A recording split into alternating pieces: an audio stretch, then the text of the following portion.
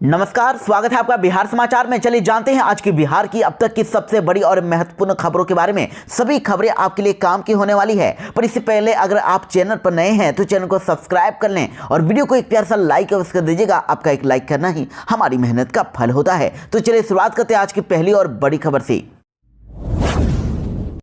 बिहार के सभी चारों सीटों पर एनडीए की हुई भारी जीत। पार्टी कार्यकर्ताओं में जश्न का हुआ माहौल और फेल हो गया लालू तेजस्वी और पीके का समीकरण।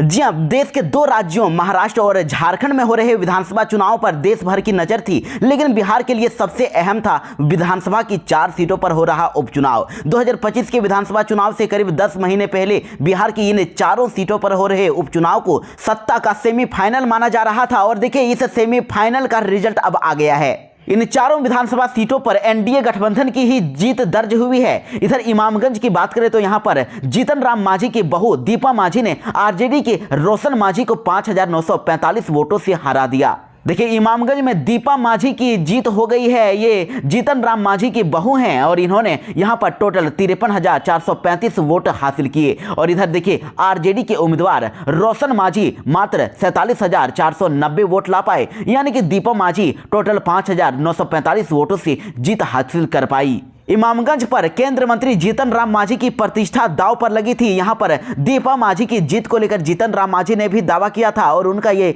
दावा सफल रहा है। और देखिए इमामगंज की इस लड़ाई में जीत हासिल करने के बाद दीपा संतोष मांझी ने अब एक ट्वीट किया है और कहा है कि आभार इमामगंज की जनता को इन्होंने आभार जताया और धन्यवाद किया है। उसके बाद तरारी विधानसभा सीट की बात करें तो देखिए यहां पर सुनील पांडे के बेटे विशाल प्रशांत ने दर्ज की है जीत। यहां पर कमल खिल गया, यानी कि यहां पर बीजेपी की जीत हुई है। पूर्व बाहुबली विधायक सुनील पांडे के बेटे विशाल प्रशांत पहले राउंड से ही भाकपा माले प्रत्याशी राजू यादव से आगे चल रहे थे और विशाल प्रशांत टोटल 11,012 वोट से भाकपा माले के राजू यादव से जीत गए। आपको बता दें कि विशाल प्रशांत को टोटल 79,155 वोट मिले, तो वहीं इधर सीपीआई एमएल के राजू यादव को टोटल 68,143 वोट मिला। और इस उपचुनाव में बेहद ही कड़ा टक्कर भी दोनों के बीच में देखने को मिला। आसानी से ये बात कही नहीं जा सकती थी कि यहां पर कौन यहां से विधायक जीतेगा। हालांकि जनसुराज की तरफ से भी इधर किरण सिंह को चुनाव में मैदान में उतारा गया था। यहां पर त्रिकोणीय मुकाबला देखने को मिला और मुसलमान के कुछ वोट को वह अपनी तरफ काटने में सफल भी रही, लेकिन जीत को हासिल नहीं कर पाई और जनसुराज की किरण सिंह को 5,622 वोट ही मिले। उसके बाद बिहार के बेलागंज सीट की बात करें तो देखिए यहां बड़ा उलटफेर हो गया है। बेलागंज में ढह गया आरजेडी के 35 वर्षों का ये किला। जेडीयू की मनोरमा देवी विजयी हो गई हैं। बेलागंज विधानसभा सीट पर रिजल्ट पर सबकी नजरें टिकी हुई थी और इस सीट से जेडीयू प्रत्याशी मनोरमा देवी विजय हो गई। यहां पर इनका सीधी टक्कर सुरेंद्र यादव के पुत्र आरजेडी के विश्वनाथ कुमार सिंह से था। हालांकि जनसुराज पार्टी ने भी यहां त्रिकोणीय मुकाबला बनाने की कोशिश की, लेकिन कामयाब नहीं हो सकी। जनसुराज के मोहम्मद अमजद अली राजद कैंडिडेट विश्वनाथ कुमार सिंह की भी हार हो गई है। जनसुराज के मोहम्मद अमजद अली आरजेडी कैंडिडेट विश्वनाथ कुमार सिंह की भी हार हो गई है। और आप आंकड़ों को भी देख सकते हैं। बेलागंज में देखिए मनोरमा देवी की जीत हुई है। मनोरमा देवी जो कि जेडीयू की प्रत्याशी हैं, इन्होंने 73,334 वोट प्राप्त किए और इन्होंने आरजेडी के विश्वनाथ यादव को, जिन्होंने 51,943 वोट प्राप्त किया, इनको टोटल 21,391 वोट से हरा दिया। और जनसुराज पार्टी के मोहम्मद अमजद की बात करें तो इनको 17,285 वोट मिले। तो चलिए अब जानते हैं रामगढ़ विधानसभा सीट के बारे में। दोस्तों रामगढ़ में ठाकुर बने अशोक सिंह। बीएसपी यानी बहुजन समाज पार्टी को हराकर आरजेडी को तीसरे नंबर पर इन्होंने धकेला।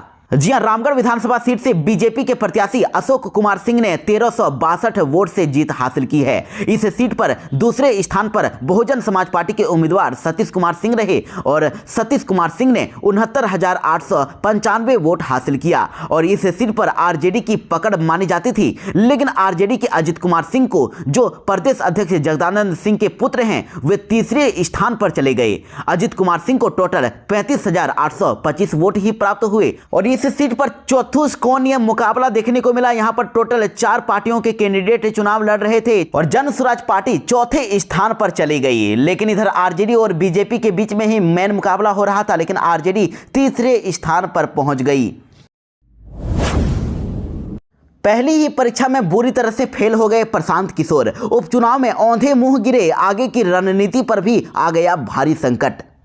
जी हां, देखिए 2 साल से बिहार की पदयात्रा कर रहे प्रशांत किशोर चमत्कार का दावा कर रहे थे, लेकिन वो औंधे मुंह गिर गए हैं। प्रशांत किशोर और उनकी जन स्वराज पार्टी ने उपचुनाव वाली चारों सीटों पर उम्मीदवार खड़े किए थे, लेकिन उन्हें इतने बुरे रिजल्ट का अंदाजा नहीं रहा होगा। आपको बता दें कि तरारी, रामगढ़, बेलागंज और इमामगंज चारों सीटों पर जन स्वराज पार्टी के उम्मीदवार हार गए हैं। और ये हाल तब हुआ जब प्रशांत किशोर ने चुनाव लड़ने में पूरी ताकत झोंक दी थी। पूरे बिहार में उनके तमाम समर्थक इन चारों सीटों पर लगातार कैंप कर रहे थे और पैसे और दूसरे संसाधनों की कोई कमी नहीं होने दी थी। हालांकि प्रशांत किशोर और उनकी पार्टी जन स्वराज पार्टी को बेलागंज सीट पर ही थोड़ी सी इज्जत बचाने लायक वोट मिल गए। प्रशांत किशोर ने इस सीट पर मुसलमान उम्मीदवार को उतारा था और यह प्रयोग थोड़ा सफल रहा। जन स्वराज के उम्मीदवार मोहम्मद अमजद को 17,825 वोट हासिल हुए और बेलागंज सीट पर मुसलमान वोटरों की संख्या अच्छी खासी है। लेकिन प्रशांत किशोर की आगे की राजनीति पर अब संकट के बादल छाए हुए नजर आ रहे हैं। उपचुनाव में उनकी पार्टी के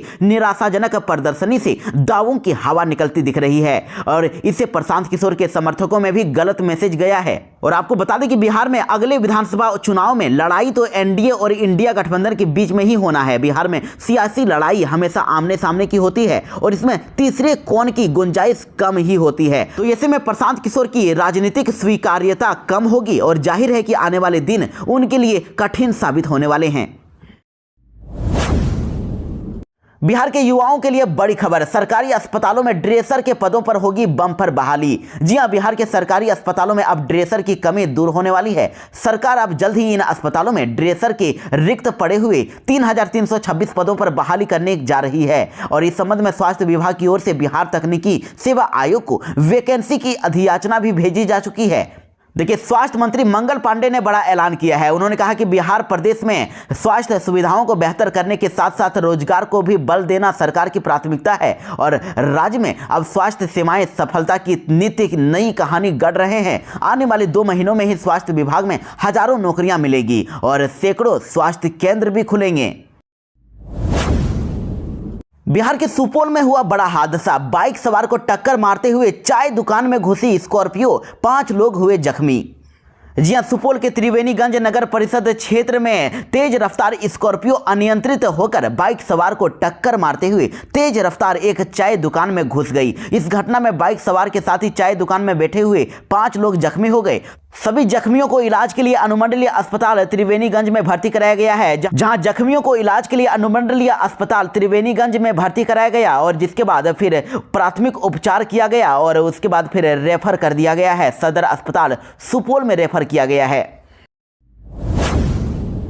बिहार के पुलिसकर्मियों के लिए हुआ बड़ा ऐलान, बिहार के 3,000 पुलिसकर्मियों का 1 महीने में ही होगा प्रमोशन। एएसआई और साथ ही सिपाहियों को मिलेगा नई जिम्मेदारी। जी हां, बिहार के 3,000 पुलिसकर्मियों के लिए बड़ी खुशखबरी है। 1 महीने के भीतर ही 3,000 पुलिसकर्मियों का प्रमोशन किया जाएगा, जिसमें सिपाहियों को लेकर एएसआई और एसआई समेत विभिन्न रैंक के पुलिसकर्मी शामिल होंगे। इससे पहले आपको बता दें कि 11,779 पुलिसकर्मियों को कार्यकारी प्रभार में प्रोन्नति दी गई थी, प्रमोशन हुआ था और इसकी जानकारी पुलिस मुख्यालय में आयोजित प्रेस कॉन्फ्रेंस में पुलिस महानिदेशक जितेंद्र सिंह गंगवार ने दी है। बिहार के किसानों को दी गई बड़ी चेतावनी, पराली अगर जलाया तो फिर उनकी खैर नहीं। शराब का पता लगाने वाला ड्रोन से लगाई जाएगी अब निगरानी। बढ़ते वायु प्रदूषण को लेकर सरकार ने लिया फैसला। जी हां, देखिए, बिहार में करीब 8 साल से पूर्ण शराबबंदी है। शराब पीना और बेचना मना है। ड्रोन की मदद से उत्पाद विभाग अवैध शराब का पता लगाने में भी जुटी हुई है। वहीं इस वक्त एक बड़ी खबर निकल के सामने आ रही है कि अब इस ड्रोन का इस्तेमाल पराली जलाने पर रोक लगाने के लिए किया जाएगा। ड्रोन की मदद से खेतों की निगरानी रखी जाएगी और जो भी किसान धान कटाई के बाद पराली को जलाएंगे उनके खिलाफ एक्शन लिया जाएगा। और बढ़ते वायु प्रदूषण को ध्यान में रखकर सरकार ने उत्पाद विभाग की ड्रोन का इस्तेमाल करने का फैसला लिया है। बिहार में 16 करोड़ की लागत से बिछेगा बिहार में सड़कों का जाल, गया को मिलेगी जाम से मुक्ति, 4 लेन सड़क बनेगी। जी हां, केंद्र मंत्री नितिन गडकरी बिहार दौरे पर थे और इस दौरान उन्होंने बिहार को 16,000 करोड़ रुपए की सौगात दी है। गया में कार्यक्रम को संबोधित करते हुए केंद्र मंत्री ने कहा है कि गया ऐतिहासिक, धार्मिक और पौराणिक शहर है। यहाँ की सड़कें पर बराबर जाम की समस्या रहती है। गया शहर को जाम से मुक्ति दिलाने के लिए मोदी सरकार ने बहुत ही बड़ा कार्य योजना बनाई है। गया शहर को जाम से से मुक्ति दिलाने के लिए चाकंद से दोमुहान तक 164 करोड़ की लागत से 4 लेन का शिलान्यास किया गया है। साथ ही गया एयरपोर्ट जाने के लिए भी 64 करोड़ की लागत से दोमुहान से पहाड़पुर तक सड़क का चौड़ीकरण होगा।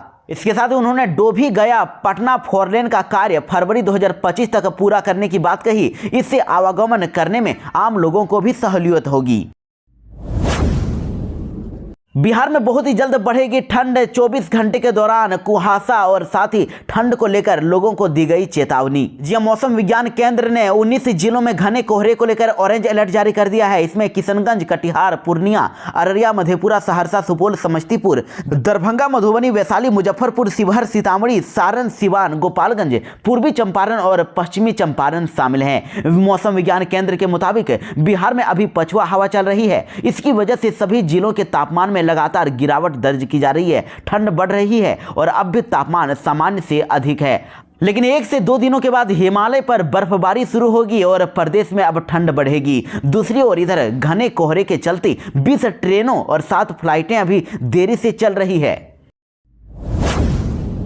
बिहार सरकार ने लिया बड़ा फैसला। भूमिहीनों को अब जमीन खरीदने के लिए मिलेंगे 1 लाख रुपए। जी नीतीश सरकार ग्रामीण क्षेत्रों में सुयोग्य परिवारों को आवास की सुविधा देने के लिए 3 डिसमिल जमीन देती थी, लेकिन अब देखिए इसमें बदलाव किया गया है। इसके लिए रेती भूमि की खरीद की जाती थी, लेकिन सरकार ने अब एक समीक्षा में पाया है कि MVR दरों में जमीन खरीद में काफी कठिनाई आई है, जिसको देखते हुए अब सरकार ने जमीन के बदले पैसा देने का ही निर्णय ले लिया है। जिन परिवारों को आवास के लिए जमीन दी जाती थी उन्हें अब सरकार जमीन खरीदने के लिए 1 लाख रुपए देगी और इस पैसे से 3 से 5 डिसमिल जमीन की खरीद की जा सकेगी।